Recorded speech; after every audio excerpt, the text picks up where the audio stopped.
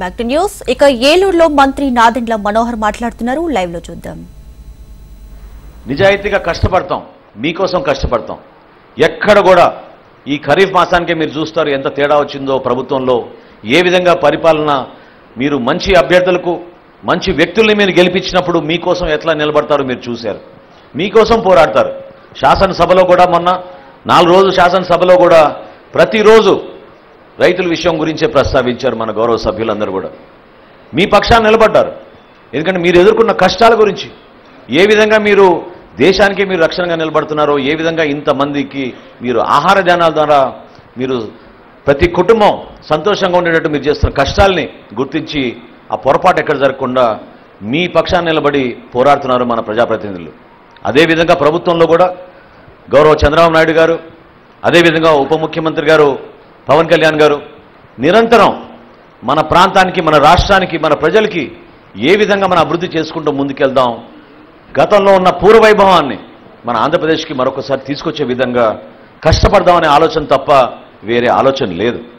అందుకే నేను మిమ్మల్ని ముందుగానే నేను క్షమించమని కోరాను.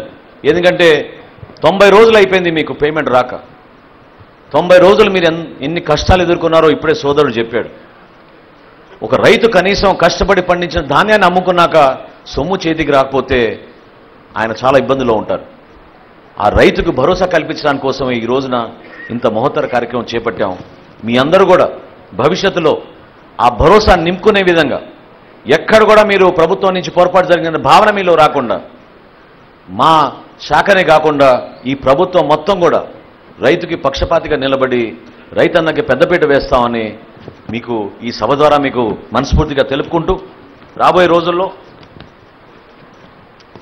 ఈ రైతు సహాయ కేంద్రాల ద్వారా దయచేసి మీరందరూ కూడా నమోదు చేసుకోండి.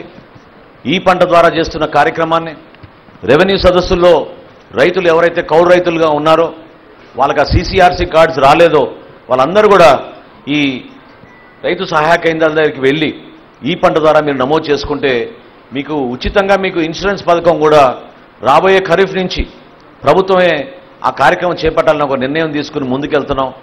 అది ఇంకా చర్చల్లో ఉంది. కొంతవరకు మీకు వెసులుబాటు కల్పించే విధంగా రైతు నష్టపోకుండా ఉండాలని మన గౌరవ ముఖ్యమంత్రి గారు చంద్రబాబు నాయుడు గారు కోరారు. దానికి అనుకూలంగా వ్యవసాయ శాఖ, అదేవిధంగా పౌర సరఫరాల శాఖ కలిసి మార్కెటింగ్ శాఖ ద్వారా ప్రతి రైతుకు కూడా ఎవరైతే నమోదు చేసుకున్నారో ఈ పంట ద్వారా వాళ్ళందరికీ పట్టేదారు పాస్బుక్ల్లో పొరపాటు జరగకుండా కంపెనీల ద్వారా రావాల్సిన ఇన్సూరెన్స్ నిధులు కూడా మీకు ఖచ్చితంగా 100% అందించడానికి మా వంతు మేము ప్రయత్నం చేస్తున్నాం ఈ సందర్భంగా తెలుపుకుంటూ, రాబోయే రోజుల్లో కేంద్ర ప్రభుత్వం కూడా కొన్ని చర్యలు తీసుకుంది. అది కూడా మీ దృష్టికి తీసుకురావాలి. కొత్తగా మనం వేర్ హౌజులు, సైలోస్ అని మనం ఏర్పాటు చేసుకోబోతున్నాం. మన మహేష్ కుమార్ యాదవ్ గారు కూడా వచ్చారు నాతోటి, మంత్రి గారితో నేను ఆ రోజు మాట్లాడినప్పుడు ఆయన మాట ఇచ్చారు. ఉభయ గోదావరి జిల్లాలో ఎక్కడ లేని విధంగా ఒక అద్భుతమైన వేర్ హౌజ్, కొత్త వేర్ హౌజ్ ఒకటి, కొత్త వసతులతోటి, కొత్త ఆలోచనలతోటి, సోలార్ పవర్తో పాటు మనం సైలోస్ కూడా ఏర్పాటు చేసుకుని, పెద్ద పెద్ద స్టోరేజ్ బిన్లు మనం ఏర్పాటు చేసుకుని రైతాంగానికి అండగా నిలబడి ధాన్యం కొనుగోలు విషయంలో ఈ మాట నేను మీకు ముఖ్యమంత్రి గారి తరఫున చెప్తున్నాను. ఆయన మొన్న కూడా చాలా స్పష్టంగా చెప్పారు, ధాన్యం కొనుగోలు విషయంలో ఈ ప్రభుత్వం వెనకాడదు.